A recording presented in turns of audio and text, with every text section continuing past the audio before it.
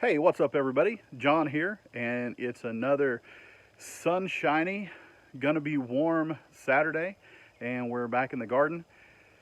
So I'm just gonna do a quick little tour, a little quick update of family garden project, and take you guys with us, and we'll show you just the updates on some of the stuff that we've been talking about for the last few weeks, and show some growth and some other things that still are kind of looking kind of sketchy, but that's okay. It's a garden and it's not going to be perfect, and we learn as we go.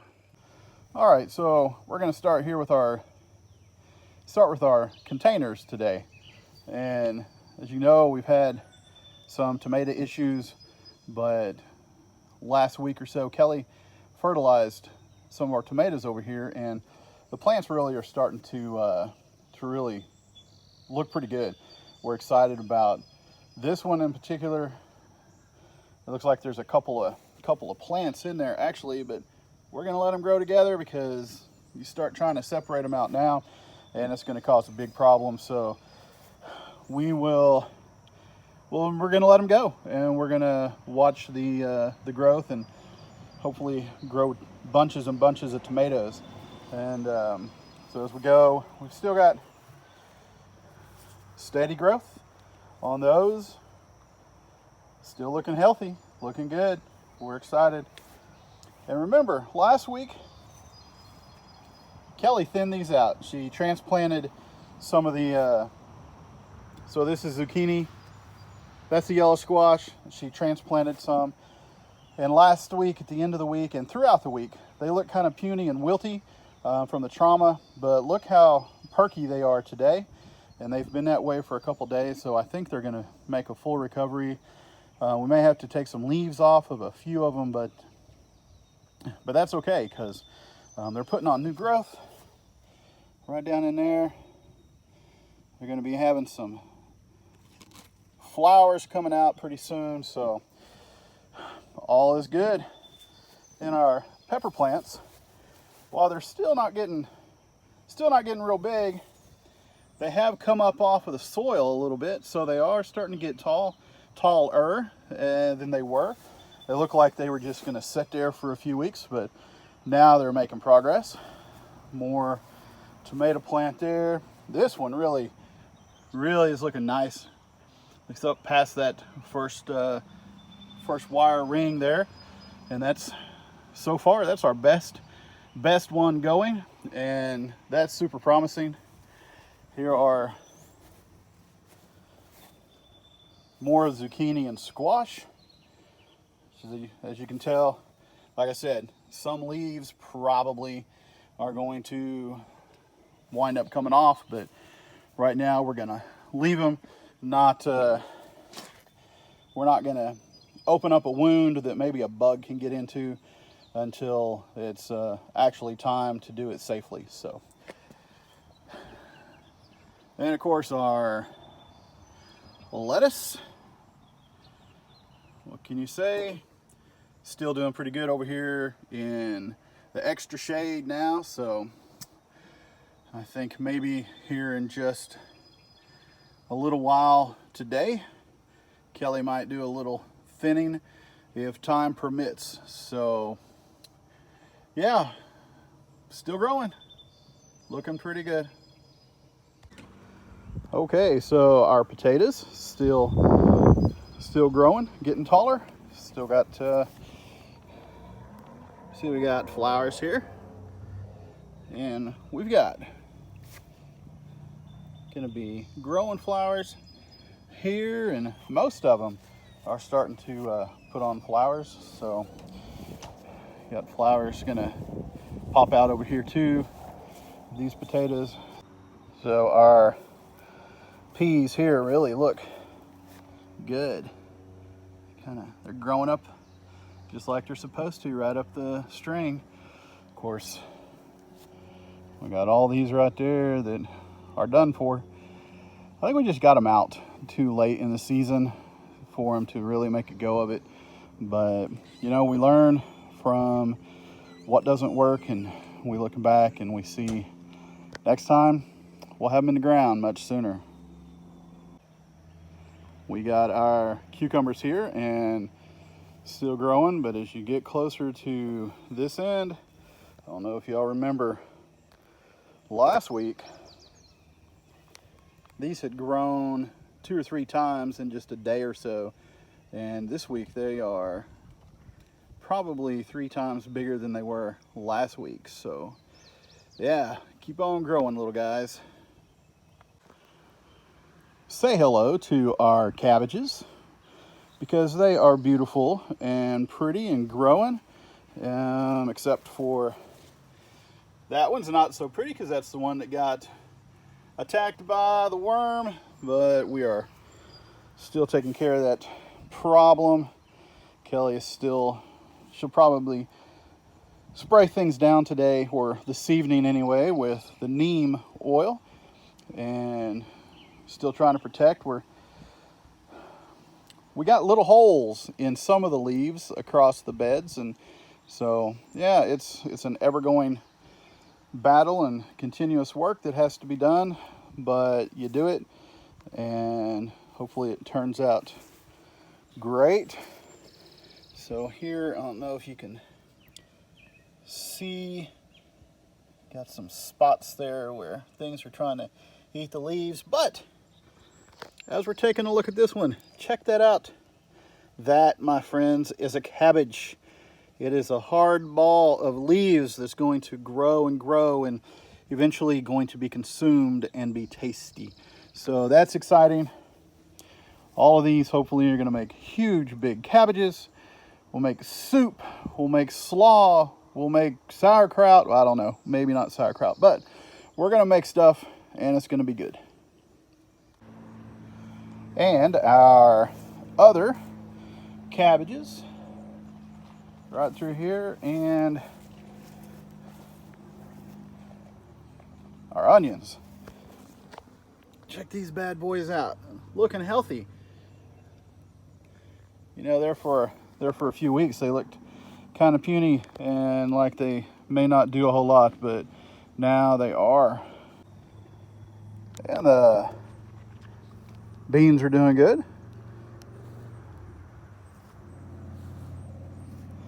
The spaghetti squash here is doing good, but the spaghetti squash there, for whatever reason, is not growing nearly as fast. And we also noticed that the beans on this end are doing better than the beans on this end. So maybe it has something to do with the different ends of the bed. Who knows? We're not sure, but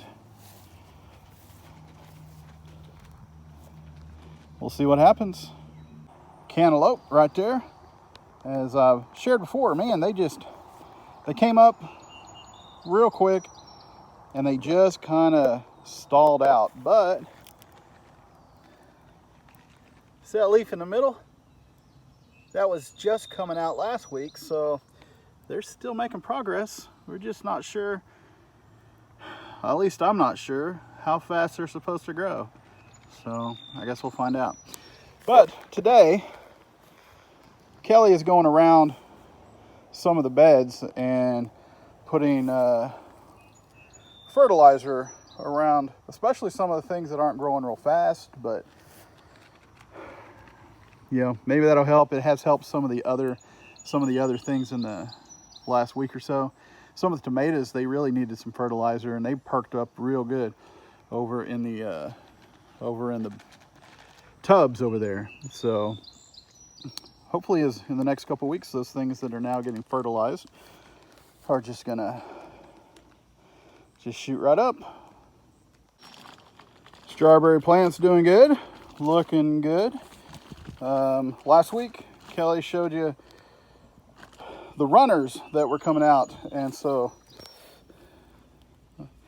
right here is a runner that has rooted itself. Right, you can see that right there's one that has rooted itself, and you come down just through all of these. It's starting to put a runner on, and so that's exciting. As long as they keep on putting on runners and they get rooted in, it's just going to be another plant and another plant and another plant, which makes more and more strawberries. So looking forward to it.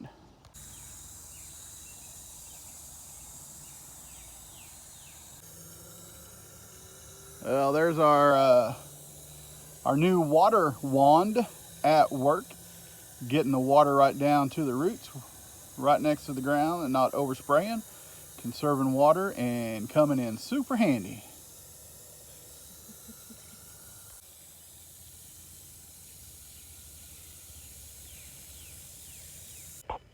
All right, and here's our other tomato plants, and oh, you get right in there, if you can tell, right there, and over here as well, right here.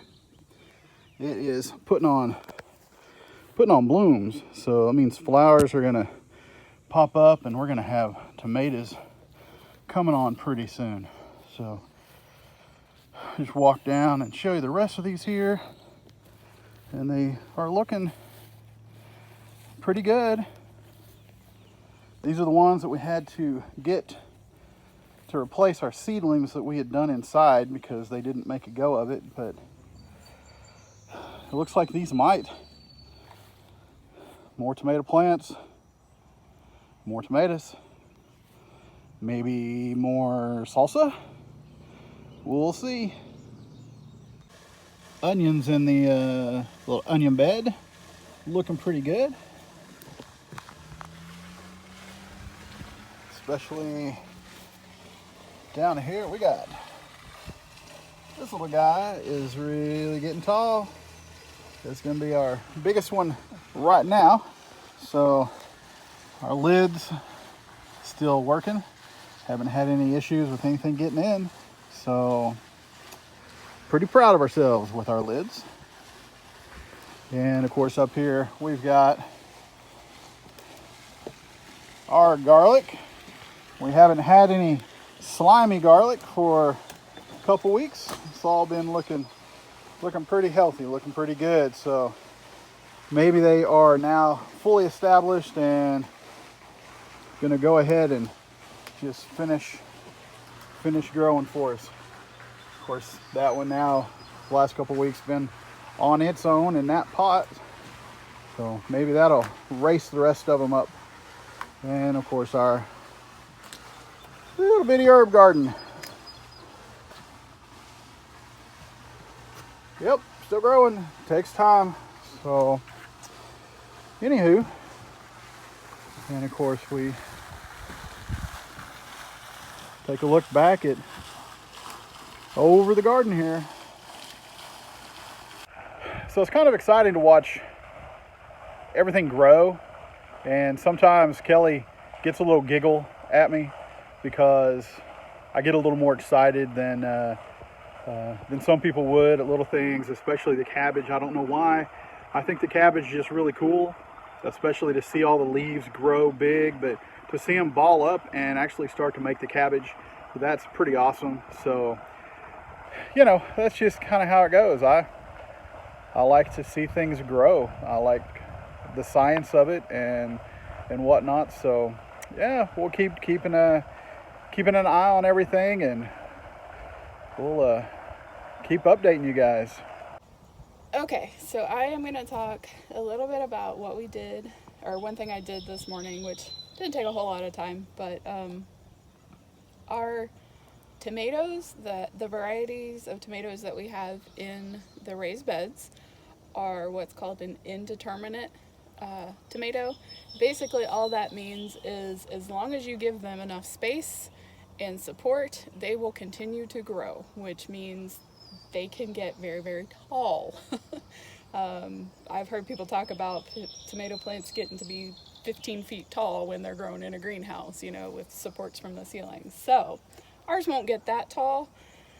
But one thing you want to do with indeterminate tomatoes is to prune the suckers, for one thing. So I actually have pruned everything, so I don't really have a sucker to show you. But the suckers grow, like you'll see a branch and then another branch coming off of it, and then right in the middle of that, sorry, I guess you probably can't see, right in the middle of that will be another little branch coming up. And you want to get those out because you want to, you don't want that branch to grow. You want to prune that so there's enough space in the tomato plant for airflow, and you just don't want a whole bunch of branches growing together to make a big, massive plant. The other thing I did on these tomatoes is to prune the bottom branches off. Now, I did it a little bit when I transplanted them, but they've had a couple weeks now and they're a lot bigger. And some of those bottom branches are right against the ground, and you don't really want that because that doesn't promote good airflow, which you want. Like I said, you want a lot of good air circulation around the plants and a lot of space for them to grow, because that promotes or helps prevent disease and fungus and things like that. If there's not enough airflow, it's much easier for those things to thrive. So yeah, this morning I trimmed them off. Some plants are taller than others, so I went a little bit taller on those.